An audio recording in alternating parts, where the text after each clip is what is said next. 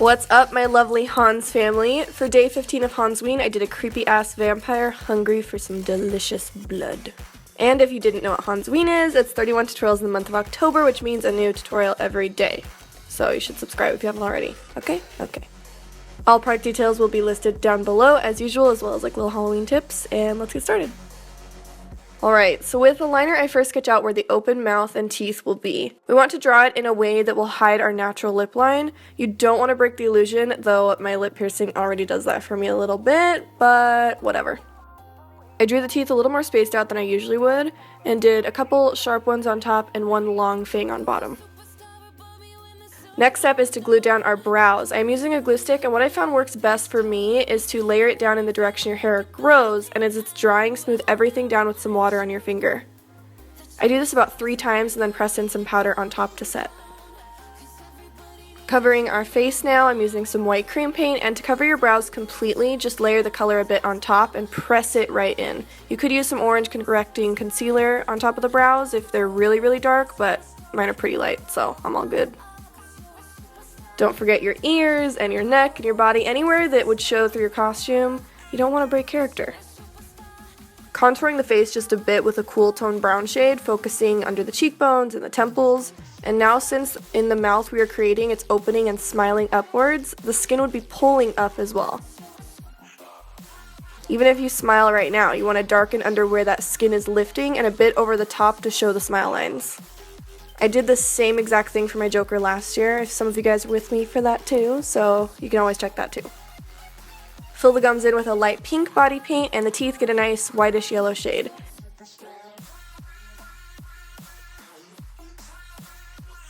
Also do the bottom teeth down low enough so that they're still seen beyond your bottom lip. Add a nice dark red inside the mouth, and you can also use this to shape up the teeth if your lines are just a little shaky. That same red is going to be used right under the lip, since the lip is casting a shadow down onto the gums, and also between each tooth to show the gum line. The mouth was just too smooth for me, so I also made it a bit more jagged and brought it up to my nose. Into my nose, not just to my nose. With some black body paint, just darken all of the above areas, especially focusing again right under that line of skin. Under the rows of teeth would be some darkness, and I always try to use black to make my lip line invisible, or as much as possible at least. Each tooth itself would have a bit of shadow too, so use a brown shade towards the top of each one and towards the sides since they do curve inwards. Teeth are generally wet, because they're in our mouth, covered in spit, so add a glossy white highlight against the top of the tooth and on one side. Same with the gums, you want to highlight those too. They do pop forward because the root of the tooth goes inside, so it has a nice little curve. I always add some white body paint there and then blend it out. To make your lips look nice and wrinkled, add some brown shadow blending into the curves of the lips that we did create earlier to give that jagged effect. It'll give the appearance that some of the parts of the lips recede inwards. Same with right under the edge of our smile, darken under the top since that bottom lip is lower than the top one. Always keep in mind the high point of a look. Even if you're creating it just from scratch, like we are doing with body paint, imagine it in real life and imagine how the light source would be hitting these features.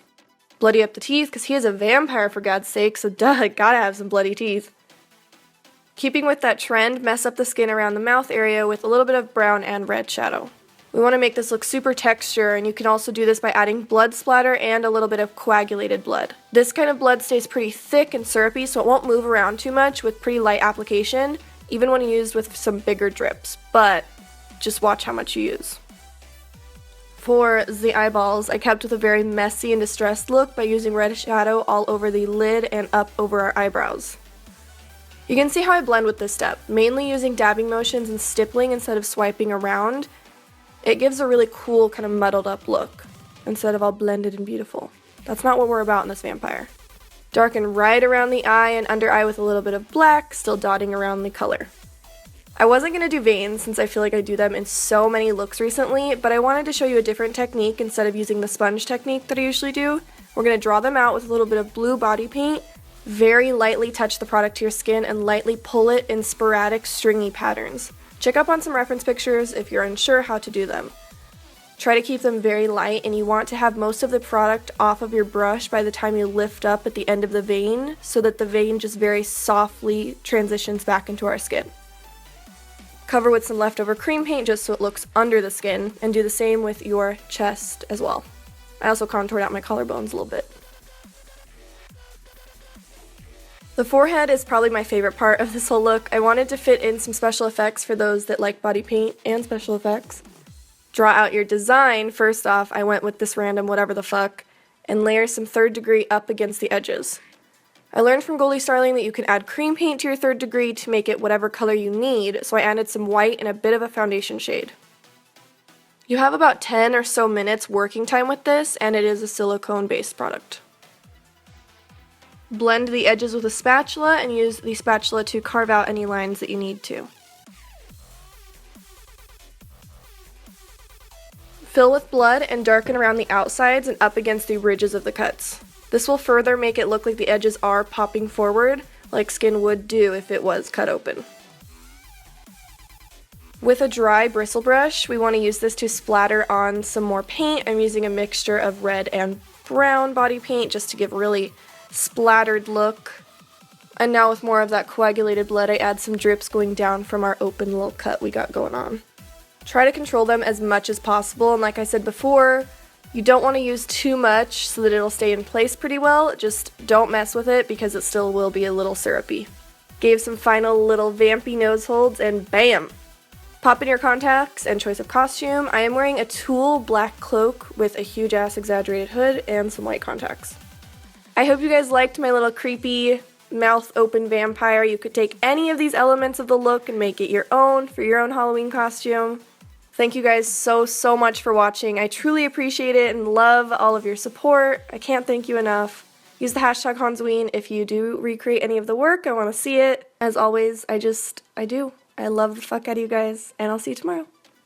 Look at motherfucking Robbie DeChristie right now.